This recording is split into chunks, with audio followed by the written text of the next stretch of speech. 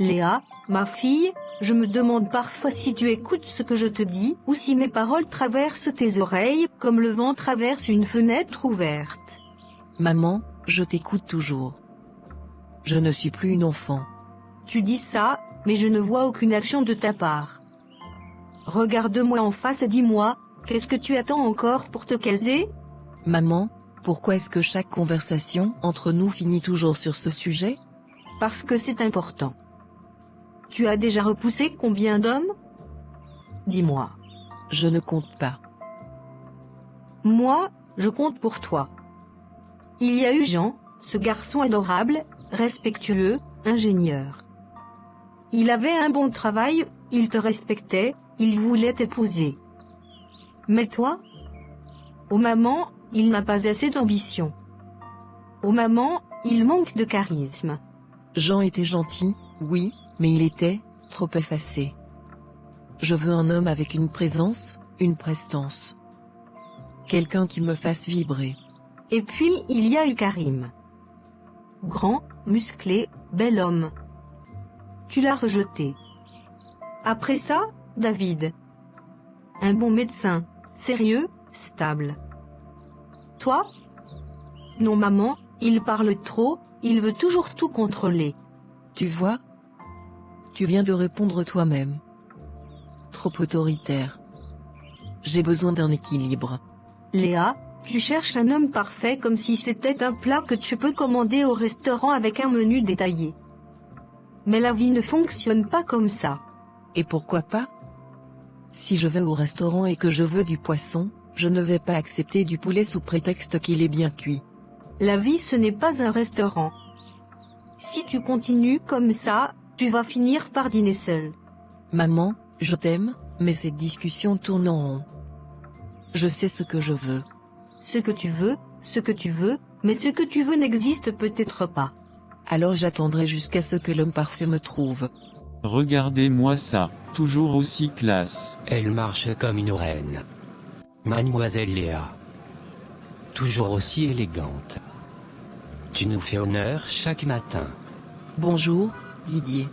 Dis-moi, est-ce qu'il y a quelque chose qu'un homme comme moi pourrait faire pour avoir l'honneur de t'inviter à dîner? Oui. Devenir un autre homme. Aïe, ça c'est un coup bas. Laisse tomber, frère. Elle cherche un homme qui n'existe que dans les romans. Tu sais Léa, l'homme parfait que tu attends, il n'existe peut-être pas. Peut-être. Mais ce qui est sûr, c'est que toi, tu n'es pas cet homme.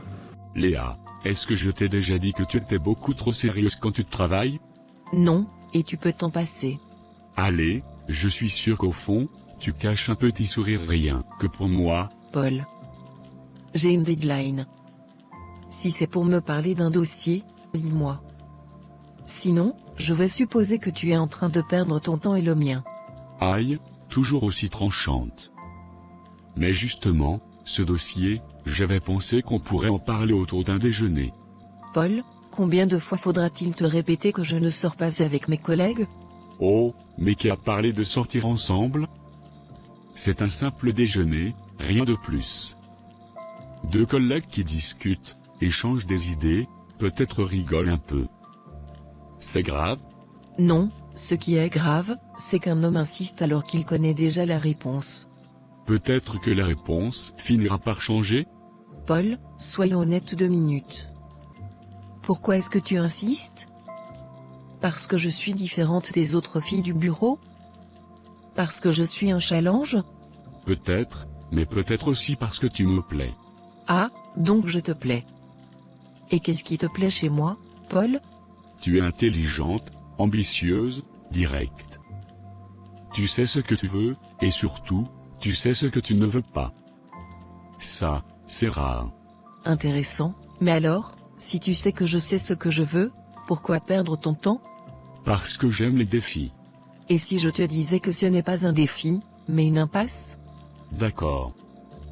Mais soyons francs, toi et moi. Je sais que tu attends l'homme parfait. Et alors? Tu sais que la perfection n'existe pas, Léa. Je sais que ta perfection n'existe pas. Mais la mienne, peut-être que si. Un jour, Léa, un jour, tu réaliseras que l'ordinaire, C'est tout ce qu'il y a. Je fais bien d'attendre. Je sais que je fais bien, pourquoi je devrais me contenter? Hein? Pourquoi accepter un homme juste parce qu'il est là? Non. Mon homme, il sera grand. Pas juste grand, imposant. Un homme qui a de la prestance, de la classe, un charisme naturel. Pas un mec qui se fond dans la masse, non, quelqu'un qui, quand il entre dans une pièce, on le remarque. Et il sera gentil, mais pas naïf. Fort, mais pas brutal. Protecteur, mais pas étouffant. Un homme qui sait ce qu'il veut, qui me veut, et qui fait tout pour moi. Il aura un sourire rassurant, un regard profond, et il me traitera comme une reine. Pas comme une option, pas comme une femme parmi d'autres. Non. Moi, je serai son unique priorité. Et bien sûr, il sera riche. Pas besoin de compter chaque centime, pas besoin de se demander si on peut se permettre un week-end à Rome ou un dîner gastronomique. Non, lui, il m'emmènera où je veux, quand je veux. Mais, et si je faisais fausse route? Non, non, non. Je ne fais pas fausse route. Je refuse de me contenter de moins que ce que je mérite. L'homme parfait existe, quelque part. Franchement Sarah, je n'en peux plus. Je tombe toujours sur des abrutis. Des hommes sans ambition, sans charisme, sans aucune élégance. Léa, je t'adore, mais tu exagères toujours un peu. Non, je n'exagère pas. Tu veux des exemples? D'abord, il y a Paul. Gentil, attentionné, toujours à l'écoute, mais alors aucune ambition. Il est serveur depuis 5 ans et il se contente de son petit salaire. Aucun projet, aucune envie de progresser. Tu veux que je me mette avec ça? Il aimait son travail, non? Et il te respectait. Sarah, aimer son travail, c'est bien. Mais vouloir évoluer, c'est mieux. Ensuite, il y a eu David. Lui, c'était un beau parleur. Des promesses, des projets, et au final, un mythomane. D'accord, lui, c'était clairement un cas à éviter. Et puis, Kevin. Alors lui, il cochait presque toutes les cases. Grand, beau, bien habillé, mais un ego surdimensionné. Toujours à parler de lui, à se regarder dans le miroir. C'était insupportable. Donc si je résume, l'un était trop gentil mais pas assez ambitieux, l'autre un menteur, et le dernier trop narcissique. Exactement. Je ne demande pas la lune, Sarah. Juste un homme parfait. Un homme grand, beau, attentionné, ambitieux, fidèle, intelligent, généreux, drôle, cultivé, riche mais pas arrogant, protecteur mais pas jaloux, dominant mais pas oppressant. Léa, tu cherches un robot programmé pour l'amour, pas un homme. Pardon? Tu te rends compte que l'homme parfait que tu décris, n'existe pas? Bien sûr qu'il existe. Non, Léa. Il n'existe pas. Parce que personne n'est parfait. Et si tu continues à chercher un idéal inatteignable, tu risques de finir seul. Non, je refuse d'y croire. Je sais qu'il y a quelque part un homme qui correspond à mes attentes. Je préfère attendre toute ma vie plutôt que de me contenter de moins. Tu sais, quand j'ai rencontré Marc, il n'avait pas tout ce que je voulais. Il était maladroit, un peu trop sérieux, pas très à l'aise avec les grandes déclarations, mais il était sincère, présent, et il m'aimait comme personne. Aujourd'hui, c'est mon mari. Et chaque jour, il me prouve que j'ai fait le bon choix. Parce qu'un homme, Léa, ce n'est pas une liste de critères. C'est une personne, avec des qualités et des défauts. Peut-être pour toi. Mais moi, je veux tout. Et si tout n'existe pas? Alors j'attendrai. Bon, en attendant l'homme parfait, tu veux qu'on se commande un bon dîner? Va pour ça. Sarah, à quoi tu penses? J'étais avec Léa cet après-midi. Marc. Et, elle a encore parlé de l'homme parfait? Comme d'habitude. Elle est convaincue qu'elle finira par le trouver. Je lui ai dit qu'elle attendait quelque chose qui n'existe pas, mais elle refuse d'écouter. Sarah, ça fait des années que Léa est comme ça. Elle refuse d'ouvrir les yeux et tu perds ton énergie à vouloir la faire changer. Je sais, mais c'est mon amie. Je ne peux pas juste la laisser s'enfoncer comme ça. Je comprends. Mais tu vois bien que ça t'affecte. À chaque fois que tu la vois, tu reviens épuisé, agacé, et ça dure depuis combien de temps maintenant? Longtemps, Marc? Alors pourquoi tu continues? Pourquoi tu t'accroches autant à quelqu'un qui ne veut pas évoluer? Parce que, je l'aime bien. C'est mon ami depuis des années. Je sais, et c'est normal. Mais parfois, il faut savoir se protéger. Tu as ta vie, ton mariage, tes projets, tu ne peux pas porter le poids de ces illusions sur tes épaules. Tu crois que je devrais prendre mes distances? Je pense que tu devrais au moins y réfléchir. Silence. C'est difficile? Je sais. Mais parfois, il faut accepter que certaines personnes ne sont pas faites pour évoluer avec nous. Ma fille. Toujours seule, hein? Toujours enfermée entre ces quatre murs, avec ton téléphone et tes bouquins. Tu ne trouves pas que ça commence à devenir une mauvaise habitude? Maman, je t'en prie, si tu es venue juste pour me dire que je suis seule et que ce n'est pas normal, on peut tout de suite changer de sujet. Ah, mais non, aujourd'hui, j'ai une nouvelle bien plus intéressante que ça. Une nouvelle qui va te surprendre, te secouer un peu, et peut-être même te faire réfléchir. Une nouvelle? Quel genre de nouvelle? Ta cousine, Fanta, se marie ce week-end. Fanta? Oui, Fanta. Celle-là même. La grande Fanta qui clamait haut et fort qu'elle ne mettrait jamais la corde au cou avant ses 35 ans. Elle disait toujours qu'elle préférait se concentrer sur sa carrière, qu'elle voulait d'abord s'épanouir en tant que femme indépendante, et regarde-la aujourd'hui. Elle a trouvé un homme bien, un homme responsable, un homme qui l'aime, qui la respecte, qui veut construire avec elle. Et devine quoi? Ils vont célébrer leur union avec toute la famille ce week-end. C'est bien pour elle. Tu ne sembles pas ravie. Mais si, je suis contente pour elle, bien sûr. Pourquoi je ne le serais pas? Léa, ma fille, dis-moi, combien d'années encore vas-tu repousser tous les hommes sous prétexte qu'ils ne sont pas parfaits? Maman, ce n'est pas un caprice. Ce n'est pas comme si j'avais des dizaines d'hommes parfaits qui frappaient à ma porte et que je les chassais juste par plaisir. Je ne veux pas me précipiter comme tout le monde, c'est tout. Comme tout le monde? Léa, ma chérie, tu exagères. Fanta n'a pas baissé ses standards, elle a simplement compris une vérité que, toi, tu refuses encore d'accepter, la perfection, ça n'existe pas.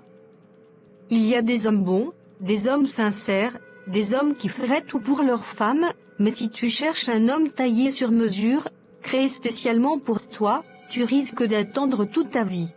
Et si je préfère attendre le bon? Si je ne veux pas me précipiter juste pour faire plaisir à la société, à la famille, ou à toi? C'est interdit, maintenant? Non, ma fille, ce n'est pas interdit. Personne ne t'oblige à te marier, personne ne te force à quoi que ce soit. Mais moi, en tant que ta mère, je me dois de te dire la vérité. Combien de bons hommes as-tu déjà laissé passer, sous prétexte qu'ils n'étaient pas assez grands, pas assez riches, pas assez charismatiques, pas assez ambitieux, pas assez ceci, pas assez cela? À force de chercher l'homme parfait, tu risques de te réveiller un jour en réalisant qu'il ne restait plus personne. Maman, je préfère être seule que de me contenter de quelqu'un qui ne me correspond pas. Très bien, Léa. Je ne vais plus insister. Tu es une grande fille, tu fais tes choix. Mais sache une chose, ne sois pas trop fière pour venir pleurer, le jour où tu comprendras que tu as peut-être fait fausse route, bon je vais te laisser. Je veux juste un homme parfait, pourquoi c'est trop demandé? Je refuse de finir comme maman. Moussa, je t'en supplie, regarde-moi, regarde ta fille, ça fait des jours que je ne sais plus quoi lui dire quand elle me demande où tu es. Des jours que je me réveille seule dans ce lit, que je fais semblant d'être forte alors que j'ai l'impression de m'effondrer à chaque instant. Tu nous abandonnes, voilà ce que tu fais. Moi, je peux supporter, je peux encore faire semblant que tout va bien. Mais elle, Moussa? Tu crois qu'elle ne voit pas? Qu'elle ne comprend pas? Qu'elle n'entend pas les disputes, les cris? Aminata, arrête ton cinéma. Tu savais très bien comment je suis avant de m'épouser. Je n'ai jamais caché qui je suis, ni comment je fonctionne. Tu voulais ce mariage, tu l'as eu. Mais n'attends pas de moi que je change du jour au lendemain sous prétexte que tu pleures. Qu'est-ce que tu veux encore, hein? Que je reste à la maison toute la journée à te raconter des histoires d'amour? Que je me transforme en mari modèle qui rentre à l'heure, qui t'offre des fleurs et qui t'écoute geindre toute la soirée? Aminata, la vie, c'est pas un conte de fées. Tu as cru quoi? Que parce qu'on a une fille, je devais me coller à vous comme un chien attaché à sa niche? Non, je voulais juste une famille. Une vraie. Un foyer où ma fille pourrait grandir en se sentant aimée, en se sentant en sécurité. Pas ce semblant de mariage où je vis avec l'ombre d'un homme qui ne rentre que pour dormir ou prendre ses affaires avant de disparaître encore. Et ça, c'est quoi, Moussa? C'est ça, ta réponse? C'est un constat, Aminata. Un simple constat. Ce mariage, il est déjà mort depuis longtemps. J'ai juste décidé d'officialiser les choses. Tu es un lâche, Moussa. Un lâche. Si être un lâche, c'est refuser de passer le restant de mes jours à étouffer dans un mariage qui ne me rend pas heureux, alors oui, je suis un lâche. Non, je ne referai jamais la même. Je préfère attendre toute ma vie plutôt que d'accepter un homme qui ne me mérite pas. Léa, dis-moi, pourquoi une femme aussi belle et intelligente que toi est encore célibataire? Oh, c'est simple.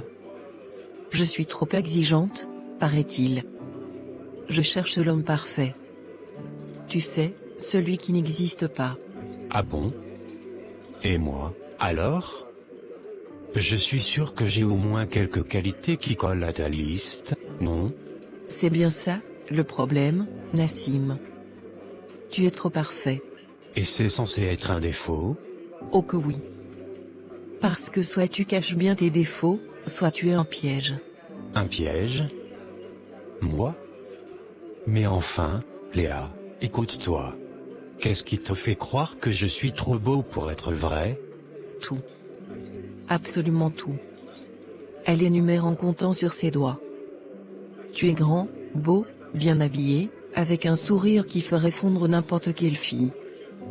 Tu es intelligent, charmant, drôle, juste ce qu'il faut, et tu me regardes comme si j'étais la seule femme sur Terre.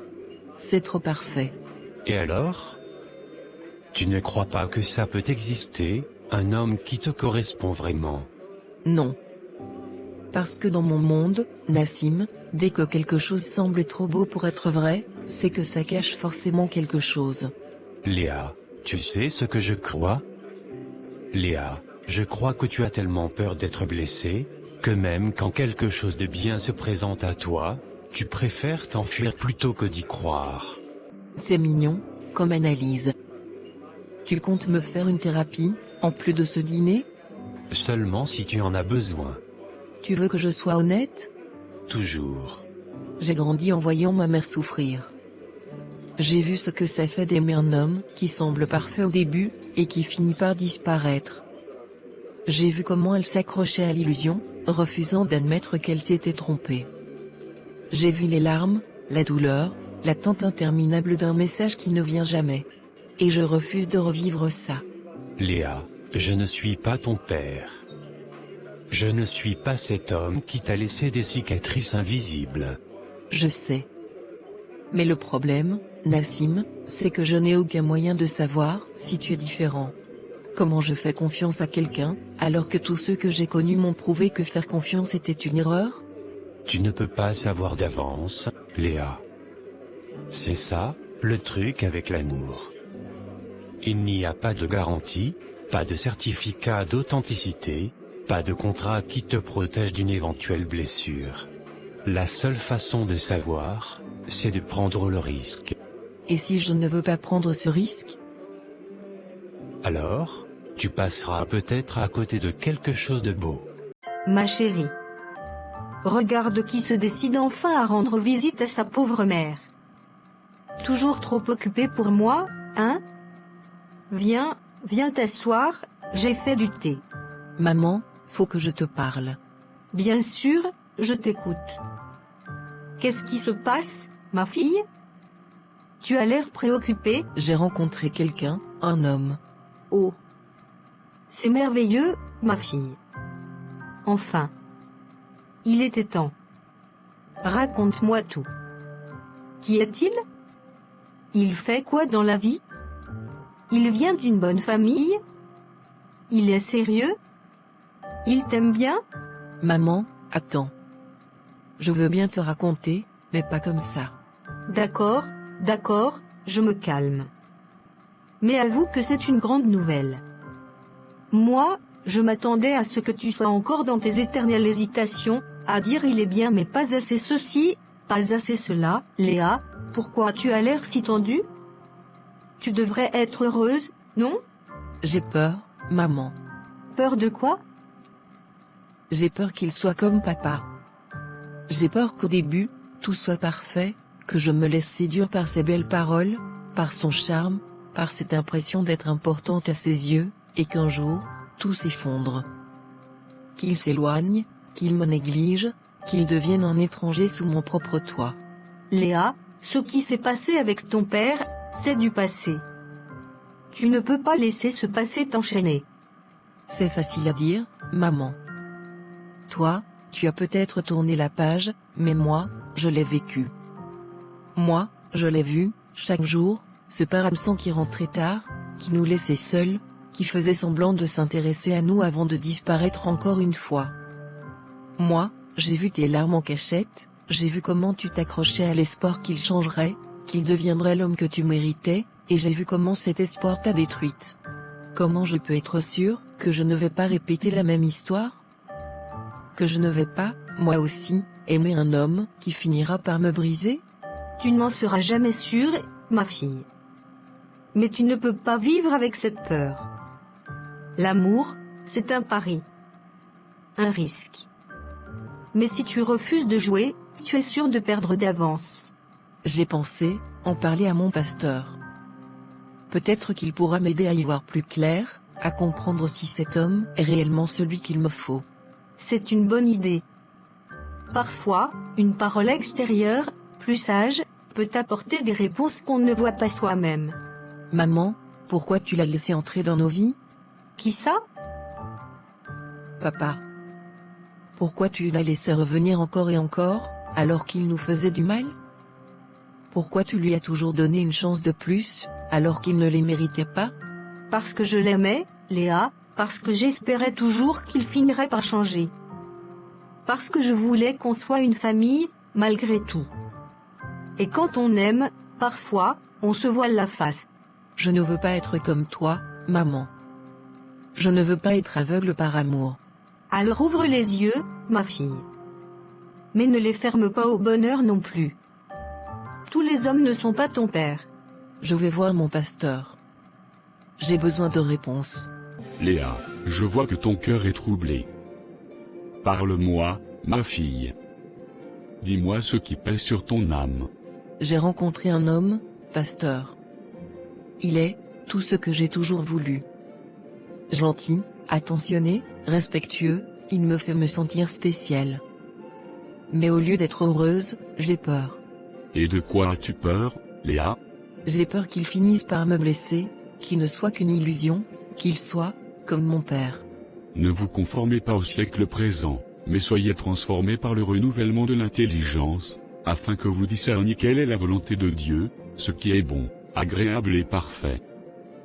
Romains 12, 2. Ma fille, ton passé a façonné ta perception de l'amour. Tu as grandi avec la peur de l'abandon, avec l'image d'un homme qui n'a pas su honorer son rôle. Mais ne laisse pas le passé définir ton avenir. Dieu veut que tu sois libre, pas esclave de tes craintes. Mais comment savoir, pasteur? Comment être sûr que je ne suis pas en train de me jeter dans un piège? L'amour est patient, il est plein de bonté. L'amour n'est point envieux. L'amour ne se vante point, il ne s'enfle point d'orgueil, il ne fait rien de malhonnête, il ne cherche point son intérêt, il ne s'irrite point, il ne soupçonne point le mal, il ne se réjouit point de l'injustice, mais il se réjouit de la vérité. Il excuse tout, il croit tout, il espère tout, il supporte tout. 1 Corinthiens 13, 4-7. L'amour véritable n'est pas basé sur la peur, ma fille. Il ne se construit pas sur des blessures non guéries. Si cet homme est réellement l'homme que Dieu a placé sur ton chemin, il ne te fera pas revivre le passé, il t'aidera à en guérir.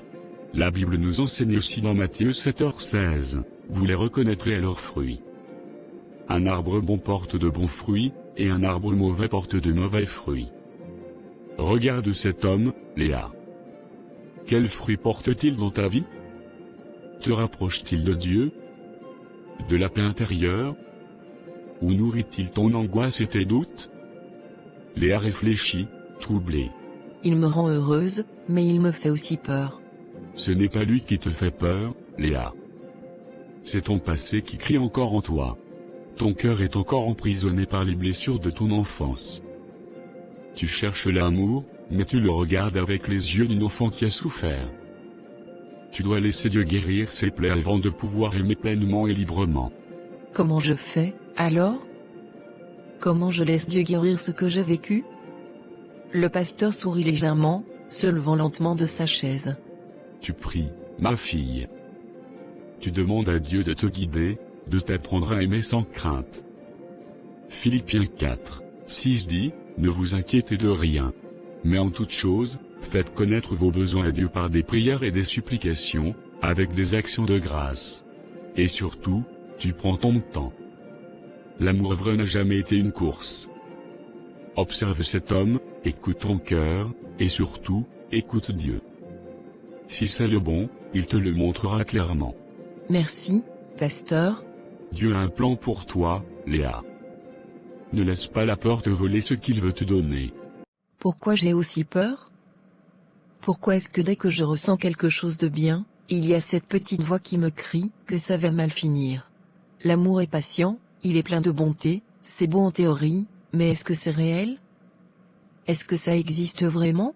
Et si je me trompais encore? Et si Diana avait raison, et que c'était un piège?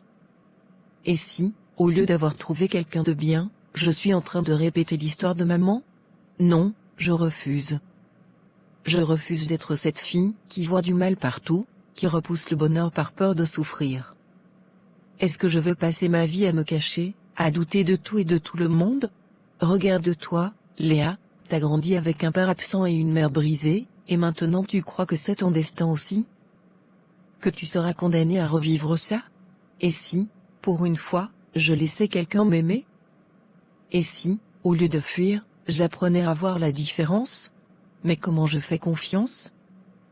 Comment j'efface tout ce que j'ai vu, tout ce que j'ai ressenti dans mon enfance? Dieu, si cet homme est celui que tu veux pour moi, montre-moi. Et si ce n'est pas lui, alors, aide-moi à le voir avant qu'il ne soit trop tard. Tu as cette tête-là quand quelque chose te tracasse. Je ne sais pas, peut-être que je réfléchis trop. Ça, c'est un euphémisme. Toi et la réflexion, c'est une grande histoire d'amour. Bon, parle-moi, qu'est-ce qui te tourne dans la tête? J'ai rencontré quelqu'un. Attends, toi? Tu es sérieuse? Je suis choquée. Où est passée ma Léa ultra sélective, qui trouve toujours une raison pour dire non? Justement, c'est bien ça le problème. Il a tout ce que je veux, il est grand, élégant, croyant, intelligent, gentil, il sait écouter, il a de l'ambition. Ok, donc où est le piège? C'est bien ça le souci. Je n'en trouve pas. Et tu me connais, si c'est trop beau pour être vrai, c'est que c'est forcément un piège. Ah, Maléa, toujours à attendre que la foudre tombe. Tu ne peux pas juste accepter que peut-être, pour une fois, tu es tombé sur quelqu'un de bien? Tu sais très bien d'où je viens. Je n'ai connu que des mauvais exemples, Je ne peux pas juste me jeter dans une relation sans être sûr que ce ne sera pas un désastre. Je comprends, Léa, mais parfois, vouloir trop se protéger, c'est aussi se priver du bonheur. Si tu cherches la moindre faille, tu finiras toujours par en trouver une, même chez la meilleure personne. Mais si je me trompe, si c'est encore une erreur, Tu ne sauras jamais si tu ne t'autorises pas à essayer. peut-être que j'ai besoin de temps. Prends le temps qu'il te faut, mais ne laisse pas la peur tout décider à ta place.